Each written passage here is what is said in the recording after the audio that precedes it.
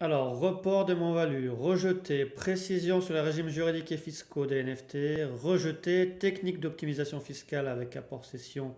rejeté, don crypto, rejeté, nouveau régime fiscal pour l'attribution gratuite de crypto-monnaies, rejeté,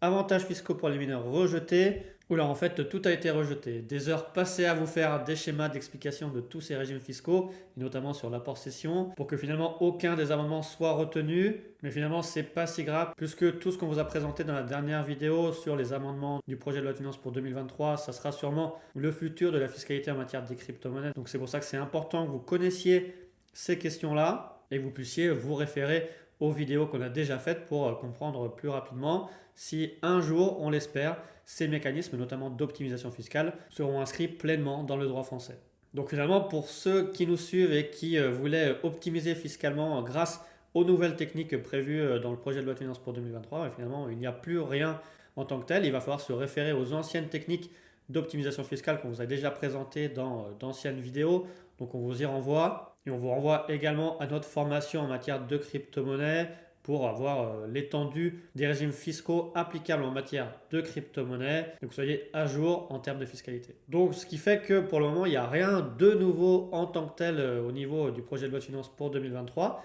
mais c'est pas pour ça qu'il n'y a rien de nouveau pour 2023. Puisqu'il ne faut pas oublier que l'année dernière, dans le cadre de la loi de finances pour 2022, on a eu deux réformes de la fiscalité des crypto-monnaies qui sont passées, qui visent à la fois à mieux définir les qualités de habituelles et non habituelles en fait de traders professionnels et non professionnels, avec un changement de fiscalité également pour les traders en matière de crypto qui passerait de BIC à BNC. On vous a fait d'ailleurs à ce sujet une vidéo explicative sur les changements législatifs et les implications jurisprudentielles pour mieux définir cette différence entre habituel et non habituel ou occasionnel et non occasionnel. Donc on vous renvoie à notre vidéo sur le rescrit de Hasher qui lui-même avait fait un rescrit pour demander sa situation auprès de l'administration fiscale. Et on a fait une vidéo de plus de 30 minutes d'explication sur tous les critères d'application pour mieux définir votre situation. Et la deuxième nouveauté qui sera applicable à partir du 1er janvier 2023 également, c'est la possibilité d'opter pour le barème progressif de l'impôt sur le revenu pour la fiscalité des gains de cession occasionnels en matière de cession de crypto-monnaies. Mais à bien préciser que cette possibilité d'option ne va concerner que les plus-values imposables effectuées à partir du 1er janvier 2023. Donc ce n'est pas encore dans votre déclaration de mai 2023 que vous pourrez déjà opter pour le barème progressif, mais ça sera à partir d'avril-mai 2024 que vous pourrez opter pour le barème progressif pour les revenus perçus en 2023 et sur lesquels bien sûr vous aurez des plus-values imposables. Alors il faudra voir si,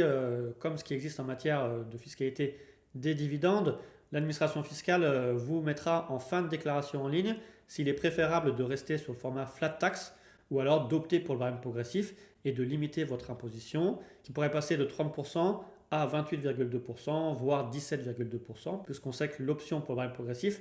est intéressant pour ceux qui ont une petite fiscalité, donc qui ont des petits revenus, qui sont imposables à la tranche de 0 ou 11%, pour finalement gommer la partie impôt sur le revenu sur votre imposition